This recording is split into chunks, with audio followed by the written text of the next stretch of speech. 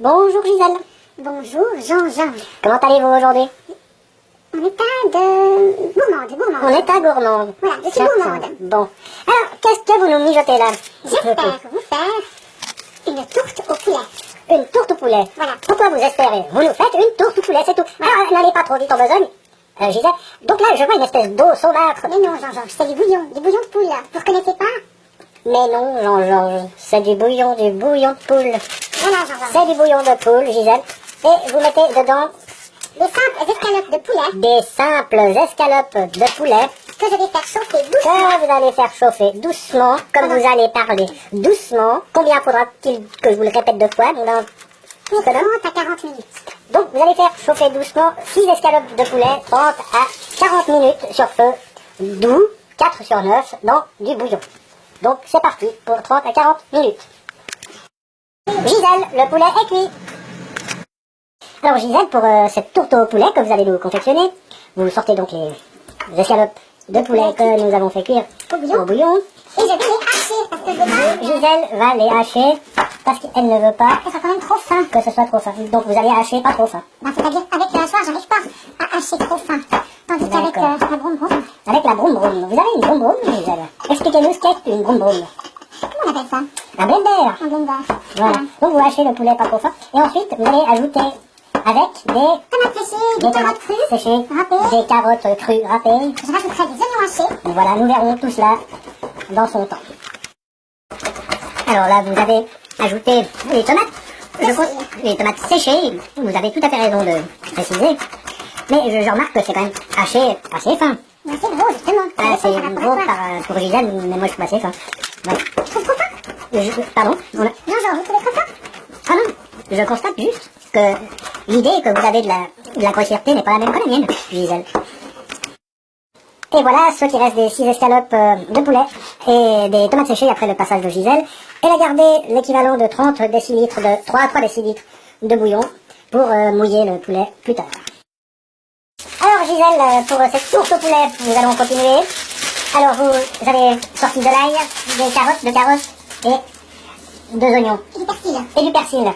Et c'est des foies de poulet, de volaille. volaille, Des foies de volaille. De chez le volailler. De chez le volailler. Donc vous commencez par couper Émincer les oignons et les passer à la poêle. émincer les oignons et les passer à la poêle Pour les faire blondir. pour les faire blondir. Jean-Georges, on va faire blondir les oignons. Voilà. Ce que vous appelez blondir, c'est fondre. Ouais, sur feu doux, ils deviennent transparents. Qu'ils deviennent transparents. Vous épluchez les carottes, Voilà, je vais les râper. vous allez les râper avec Je une vais mandoline. Et je vais mandoline. rajouter ces carottes à la masse. Vous allez rajouter ces carottes à la masse des... Du poulet avec les tomates séchées. D'accord. Alors, tandis que vous continuez de râper les carottes, vous m'avez fait sortir un yogourt nature, de la purée de tomates, des petits champignons de Paris et 2 pâtes à gâteau, des pâtes brisées. Alors Gisèle, maintenant, vous m'avez fait sortir aussi un petit casseton en fonte. Voilà. Nous allons le chemiser avec la pâte brisée. D'accord, montrez-nous ça Gisèle. Probablement que la pâte à l'époque c'était de la pâte faite avec du saindoux, des nojos, on n'en sait Attendez, plus. parlez un peu doucement. Je pense qu'autrefois, les gens utilisaient du saindoux. Oui, mais de nos jours, on n'en fait plus. Voilà, moi je sais plus faire avec le saindoux. Voilà. Vous faites les petits trous qui vont empêcher la pâte de lever. Voilà. Alors, Je rajoute, Jean-Georges, l'équivalent de 2 carottes râpées dans la masse faite avec les 6 filets de poulet. et les tomates séchées. Voilà. Voilà. J'ajoute Vous l'équivalent rajoutez l'équivalent de de... 1 cuillère de concentré de tomates. Bien. Je prépare les couper en 2 ou en 4. Vous allez préparer des petits champignons que vous allez simplement couper en 2 ou en 4. Vous avez rajouté 3 gousses d'ail pressées. Le contenu d'une boîte de petits champignons de Paris en boîte coupée en 2. Voilà. Pendant ce temps, l'ail, les oignons commencent à blondir. L'équivalent de 3 cuillères à soupe de persil haché. Que vous rajoutez à la mixture. Vous mélangez un peu le tout. Et on a sorti le bouillon aussi, le reste de bouillon. Gisèle brasse à qui mieux mieux. Gisèle, les oignons ont blondi. Je vais donc rajouter les oignons dans le saladier. Nous mettons maintenant les foies de volaille à cuire dans le même saladier. Toujours Dans la même poêle. toujours sur feu doux. D'accord. Donc le saladier commence à être bien rempli, les oignons ont été rajoutés. Nous allons saler et poivrer les pois, Gisèle, c'est ça? Ouais. Gisèle, vous rajoutez un peu de tomates séchées, hein? Ouais, parce qu'il me semble que c'est pas suffisant ce que j'ai mis. Voilà. Disons-le, nous avons rajouté aussi une boîte de champignons de Paris. Et ça fait une belle platée. On pourrait presque le manger comme ça, c'est presque une salade, hein, Gisèle? Il manque un peu d'huile alors. Il manque, oui, mais bon. Les pois sont prêts. Nous allons les hacher. Qu'est-ce que ces pois vont rajouter au goût? Ah, un peu de... Comment dire? De lion. Un peu de lion. Aussi rajouter Nous allons rajouter, oui, quelques Gisèle, dés de lard fumé. quelques petits lardons. C'est très riche comme cuisine, Gisèle. Mais vous savez, c'est du poulet. Il n'y a pas d'autre graisse que celle du lard maintenant. Oui, Il me semble que c'est raisonnable comme quantité de gras pour une telle masse de nourriture. d'accord. Et, hop, vous rajoutez tout dans la masse. Mais, donc, comme vous l'avez dit, je ne sais pas si on l'a entendu, c'est une recette qui se prête à inviter 6-8 personnes. Du sel, On rajoute du poivre du sel. et du sel. Je vais mouiller doucement ma masse juste pour qu'elle soit un peu moins sèche. Donc avec le bouillon. Voilà.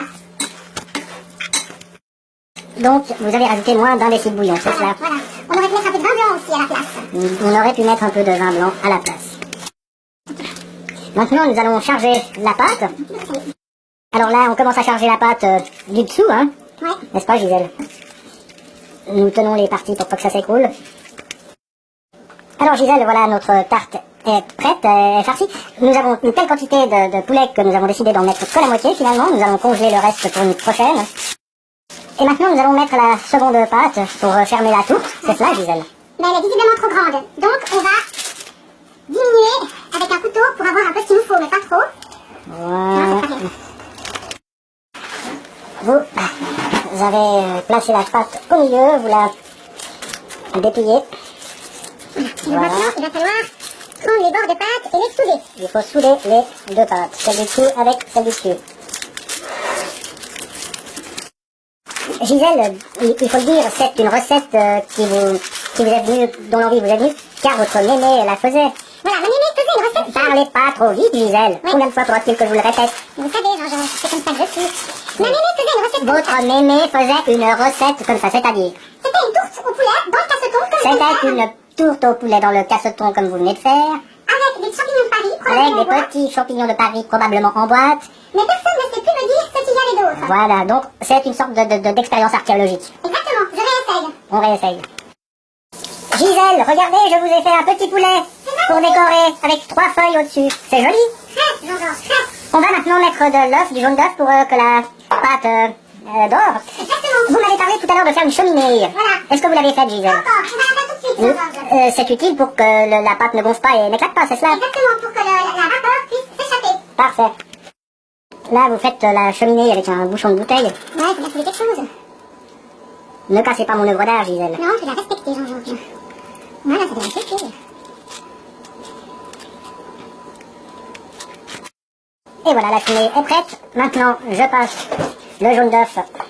Donc c'est un jaune d'œuf entier avec un peu d'eau. Un jaune d'œuf entier avec un peu d'eau. Et voilà, la tarte au poulet est prête à être enfournée.